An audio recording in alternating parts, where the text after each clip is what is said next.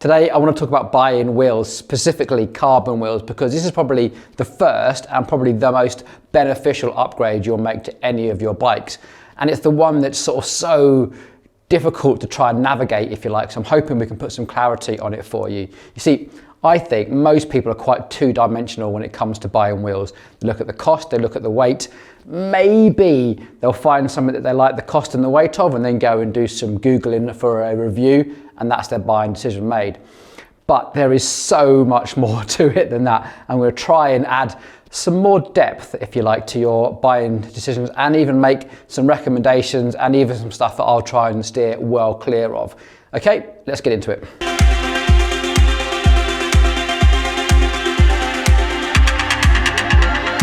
Okay, there's other things to consider beyond cost and weight. They can be quite subjective and they're really difficult to put down with a spreadsheet and compare one against the other. But they're things like stiffness, and again, that can change depending on how they've been built and the materials they've been built on, and also a reviewer's personal experience as well. So it's really subjective, and you probably don't know that until you've changed your wheels out and compared them to the original set you're trying to ride on. So that's really difficult, but it is really important. Things like repairability and durability, again, you don't get to know that until a few years down the line when things start to wear out and you're trying to find parts for them later on. So often not picked up by reviewers. And then things like rim width and the rim depth and how they're going to affect the ride handling and the tyre choice that you're going to have. Of course, hooked versus hookless, big debate on YouTube right now. We're going to get into that right at the very end of the video, to stay with us. And of course, the overall strength of the wheel is actually strong enough to do what it is that you want to do, you know. So a quick word on reviews. I'm pretty sure you guys are aware of this anyway, but generally speaking, the reviews that you sort of Google and say, oh, how good is a set of Hunt 50s or whatever, and you're going to come across some various reviews on Bike Radar or whatever. Remember, they've been sent those wheels possibly quite early on before the wheel is even launched, so they get ready with their reviews. So when they do their product launch, there's already reviews ready and waiting for them. So quite often journalists will get these wheels before they're quite ready for production. Another thing to consider, they don't often have a lot of time with them either. So you don't often see reviews that really take things apart and analyze the material choices. They normally bolt on a set of tires, go out for a ride and whittle on about how stiff they are or how they might feel or hold momentum. You guys know that, that's why you're here. For context, the reviews that I do here on YouTube are normally the result of having a customer that we've talked to, done our research, talked through prices and usability and all that sort of thing. We've ordered a product in to sell onto our customer. And the result of that is that we've found something to be very high quality that we're willing to sell onto a customer. We do make mistakes and we normally unpack things and go, oh, actually, I'm really not happy with this, and we'll ship them back and get a refund. That's why you don't get to hear about those things so much on the channel, but the stuff that you hear about here is stuff that we can thoroughly recommend because we have been recommending it to actual paying customers. The poor quality stuff you see on our channel is normally the result of service work, people that have owned something for a little while and have come into us for help to repair it or get them right again. So hope that makes sense as to what gives this video a bit of context. Anyway, buying carbon wheels. The way I see it, there are 4 categories. We have the too good to be true category. You know, when you've probably seen it, the Vel wheels that we reviewed, it was like bonkers price, £350 for a full set of carbon wheels. What? And then we have what I'd consider sort of the 2 sweet spots. We've got the sub £1,000 sort of area, where there's some interesting stuff in there, but it doesn't come without its risks. Then we have the £1,000 to 1,500 quid, where I think there's some really good quality options in there and lots to choose from. And then we have the like how much category, when there's the marginal gains are getting smaller and smaller and smaller. And it's an utter minefield as to when you're spending that sort of money. So we're going to sort of go through those in categories and try and give some recommendations as we go. Okay, the too good to be true category. These can be found somewhere between 350, sort of 700 quid mark. And there is some good stuff out there, but there's also a whole load of rubbish as well. And trying to navigate that can be a real nightmare. At this price point, you've really got to consider your purchase as being somewhat disposable, i.e. things move very quickly, the hubs, spokes, etc. are sourced from lots of different places, put together in a package, sold at a great price. Couple of years down the line, it's really not in their interest to be holding things like pull springs and free hub spacers and bits and pieces like that to try and get your wheels rolling again. By that time, they've moved on to an entire another package and they're not too concerned. That's kind of what to expect in that budget. And we've seen these on the channel. Remember the Vel wheels from Sigma, Merlin do their own wheels, Chain Reaction Cycles and Wiggle do Prime, that sort of thing. And that's where my recommendation is in this area, is to stick with wheels that are the house brand of a major retailer. You can't go too far wrong, because definitely here in the UK, you have some sort of level with the Consumer Rights Act, which kind of gives you some sort of guarantee to go back to that they'd have to adhere to. So the big word here on the too good to be true category is accountability. And if there's some sort of level of accountability, there kind of has to be some sort of level of quality control. So I would really stay away from anything you see on eBay or AliExpress or anything, especially when there are some good options from major retailers now with a good level of accountability. And that's probably the key word to take away here. Have you got someone to go back to with a problem, or in the very worst case scenario is to go back and sue? And if you have, then they obviously want to ensure quality, because nobody wants to be in that situation. So think that sort of through logically, and you might find something that is probably safe, probably going to last you a couple of years, but keep your expectations in line with the price that you paid for them.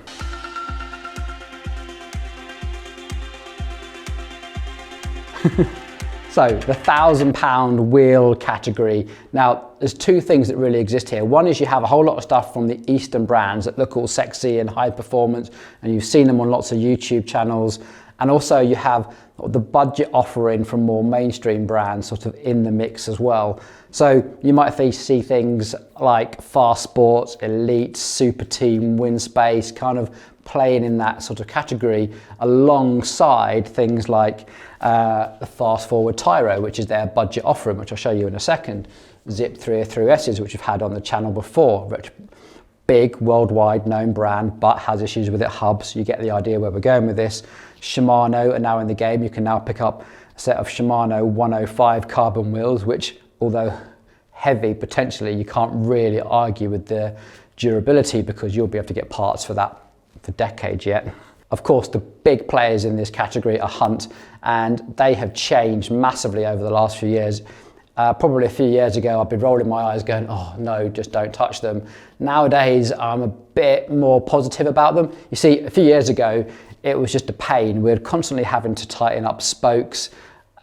Spokes were always breaking. The wheel quality builds were normally quite hit and miss, and we'd normally see the poor quality ones as a bike shop. So it was really hard to make a recommendation. The other thing is, when we tried to repair them, trying to communicate with Hunt was almost impossible. Trying to find spares was hard. Even when we actually got through to someone and spoke to them, we'd be on the phone trying to work out what hub model it was attached to this rim and what free hub body went with it, etc. And sometimes they didn't know. They've got on top of a lot of that issues now, and it's a lot easier to navigate their website and find spare parts. We do still get the occasional Hunt wheel came through with like loose spokes, but it's becoming rarer and rarer, it really is. I've got to say, I hate working on them because they make so much noise, and when you're trying to tune someone's gears in the work stand, oh my God, that noise just gets in your head, and it's just like, I just want to out the stand as quickly as possible before like it feels like it's eating my brain. So in this £1,000 category, it really is a question of performance versus risk. You can either go low risk but not necessarily get the ultimate performance, but there's some really good high performing brands from sort of the Eastern manufacturers, but you then take on more risk and probably a little bit more of later on down the line problems when you're trying to find, you know, a spare spoke or free hub. You get the idea. Incidentally, before we move on, I know you guys are going to ask me about all those Eastern brands because you're all over YouTube, but we don't really review them here. One, we've had a couple of emails from those brands to say, hey, will you review them? My comeback to that is, sure, send us a set, I'll put them on the channel, but giving us a free set of wheels absolutely no way guarantees a positive review. Since then, I've not heard from anyone, and they've definitely not sent us any. So make of that what you will. I'm certainly in no rush to start featuring them on the channel. While we've got it here, this FFWD Tyro is a great example of the sort of compromises that you might have to make in this category. You see, The rim probably is just as strong, but it's not got quite the same aerodynamic technology in it. You see, to try and keep the weight down and take some material out, so it's not quite as wide externally, and it has that sort of tapered effect. So latest aerodynamics are going for quite wide and a very broad shape across the apex here. Now, to try and keep the cost down, they're probably reducing the amount of carbon involved in making a rim as wide as you want, so it's still 21 millimeters internal, but there's been some compromises in there to take some material out of it, I guess. They're also using a round spoke, which is considerably cheaper than the CX-ray spokes, an aluminium nipple. I can't imagine why that makes much difference, and it's a bit of a shame that they're making that compromise. But the big thing really is nearly always the hub. So this is their own brand hub. It uses the same ratchet technology as DT Swiss, much in the same way as the Scribe wheels do, but it's not compatible. You can't take a DT Swiss 3 hub, for instance, and switch it from an XDR to a microspline to a hyperglide or whatever. It's, in terms of, are the fast forward hubs any significantly worse than the DT Swiss 350s in terms of performance? Highly unlikely. It more comes down to those parts being so readily available exactly when you want them.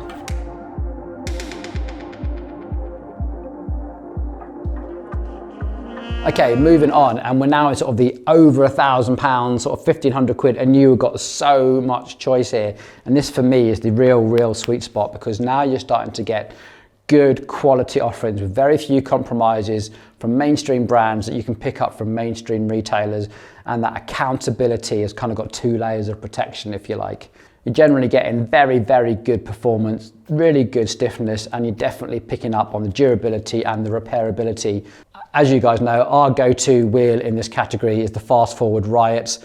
This is a really good quality rim, fantastic rim shape, brass nipples, sap-in CX-ray spokes, DT Swiss hubs. It's like just ticks a whole lot of boxes, and they come in at a really good price. Like, we could not even gather the components together and build this wheel at trade price better than this. So, and this still comes with a 2-year warranty, crash replacement, which we had to use recently, and it's a really simple, effective process. Just when it comes to recommendations, that's what a recommendation should be. It should be, you know, if you're riding next to me on a club ride or something, and you say, hey Paul, I'm thinking about getting a new set of wheels, what do you recommend? I say, you can't go wrong with a set of FFWD Ryot 44s. Almost the end of conversation. Of course, if the conversation goes beyond that and it goes, well, I really want something more aero, or I want something a bit stiffer, or maybe I'm going bike packing and I want to carry a bit more weight, or can I do some cross riding on it? That's when the conversation gets a bit like, oh, well, maybe you consider this, maybe you consider that. You get the idea. Other sort of famous wheel sets in this category that you'll want to consider, things like the Mavic Cosmics coming in around that sort of price as well. Their Infinity hubs have got a whole lot better. Slightly different to the DT Swiss. To try and access the bearings in the free hub, you have to use a special tool. There's like a little circlip on one end. Can be a bit fiddly for the home mechanic, whereas DT Swiss have got that one bearing behind a lock ring that you need a special tool for. So the only thing I would say with Mavic is they used a lot of proprietary spokes and bits and pieces, and they used to be very good at stock holding, but just recently we've been really struggling to sort of find, you know, that non-drive side spoke, or, you know, that particular circlip which kind of sometimes breaks, and it's getting a little bit difficult to find those. So just approach with caution on Mavic at the moment until they get their stock situation sorted maybe. But also at this price point, you've also got the option of actually getting the perfect set of wheels built either by your local bike shop and coming to speak to someone like us and saying exactly what you want, or maybe reaching out to places like Ryan Builds Wheels, another YouTuber that's emerging. I'll put his channel in below actually, because he's got in some good content, and I really hope his channel takes off. And at this situation, we might be talking to you about using Hope hubs or DT Swiss hubs or even Chris King hubs and building them onto fantastic rims from people like Percenti or Ven, who make great rims that we can use as a bike shop to build into the ultimate set of wheels for you. And that's going to be around this price. So that sort of offer is definitely on the table. And there's something about having a set of wheels that you really customize. You know, you've really chosen the hubs that are going to suit your riding purpose, the durability versus weight, colors, all that sort of thing, that Chris King buzz. Also chosen the spokes for your application, whether that be heavy touring or absolute aero or fast acceleration, and then the rim choice and the spoke tension. It's a whole magical process. So one little thing worth saying here, and that is that many small bike shops like ourselves would really struggle to honour warranties quite in the same way that a company like FastForward does, for instance, like a 2-year complete warranty on everything, and also that crash replacement warranty as well. That's really, really hard for a small business like ours to even compete with. You know, we put as much love, care and attention to the build, and of course all the individual components are warranted, but some of the warranties out there are now so fantastic that it really does, you know, what can we do?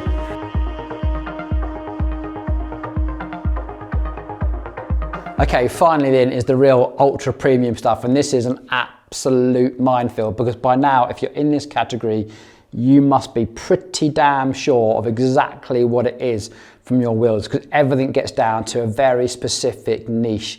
You see, you're not just going to get blanket performance upgrades all over the place. You're going to actually niche down into very specific areas. It's really up to you to make sure you get the right wheel set.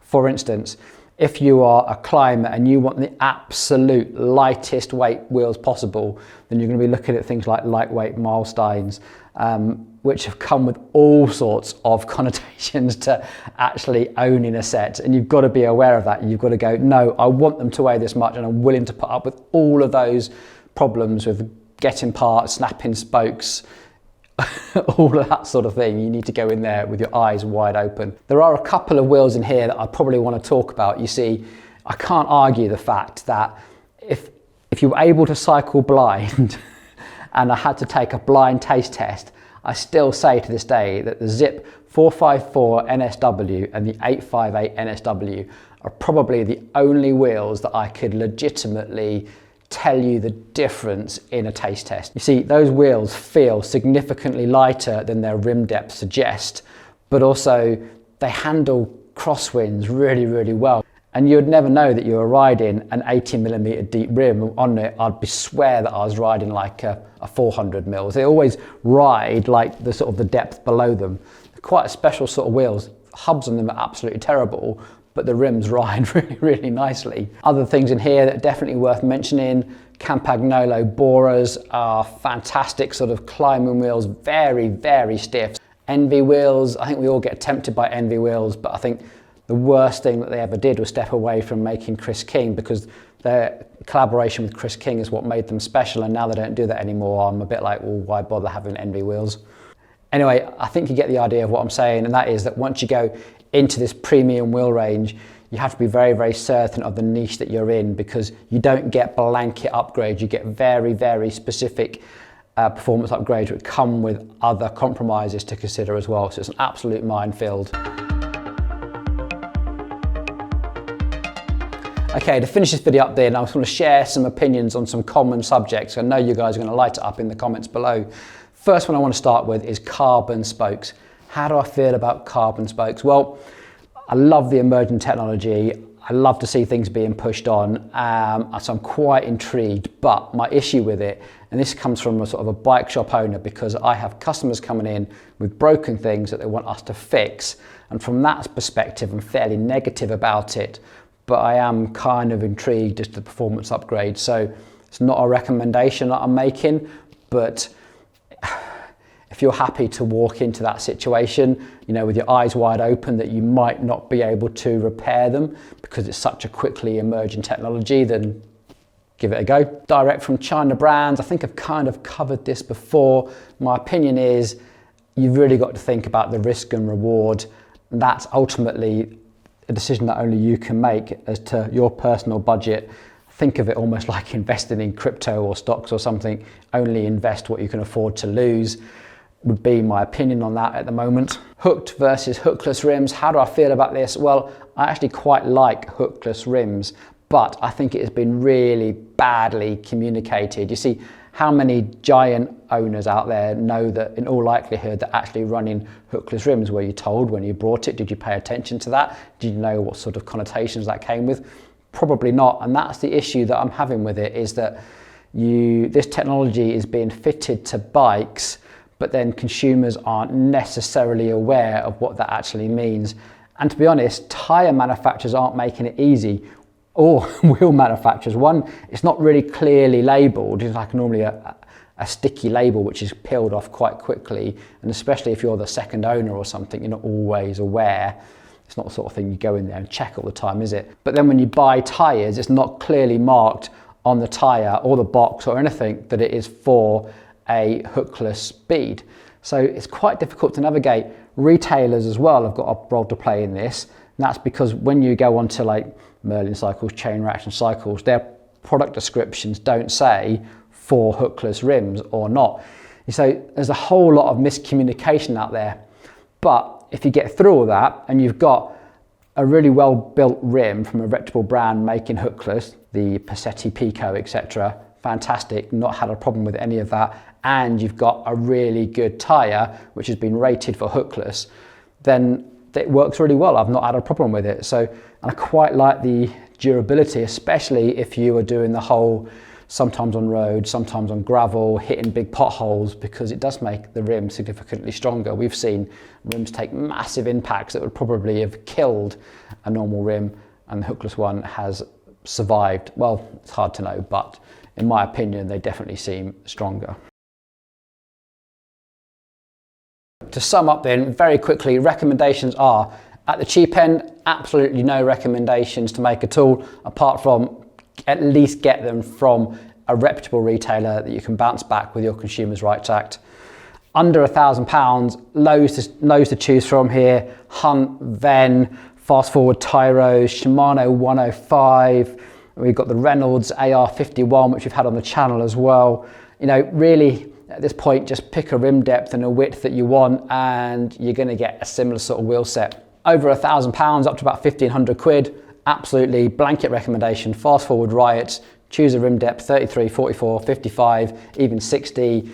Just, they're all absolutely fantastic. Also in there, if you want something that's really, really strong, the Passetti Pico, just choose a hub that goes with your budget. You can get DT Swiss, Chris King, Hope hubs all built onto those Passetti things. And then of course go to a local bike shop, pick up a set of Ven rims and get them built to your exact specifications. That would be my 3 recommendations in that price category. Recommendations on Mavic is, if you're an absolute Mavic fan, then you can't really go too far wrong. If you're sat on the fence with it, I think there's better out there at the moment, but keep an eye on Mavic, because if they can get on top of some of their problems, I think they're going to be a major player again pretty soon. Outside of that, it's an absolute minefield and needs very, very careful navigation, and yeah, good luck. Okay, I hope that video was somewhat useful. Again, get into the comments, share your experiences. Do you own these sets of wheels? Because your knowledge is going to be useful to another viewer. So please get down in the comments. We're all here to learn. I've set the ball rolling by sharing my experience and my opinions. Now it's up to you guys to keep that ball rolling. Get down there, because knowledge is power. And with all of that knowledge, we can make much better buying decisions. All right, take it easy. Till the next one.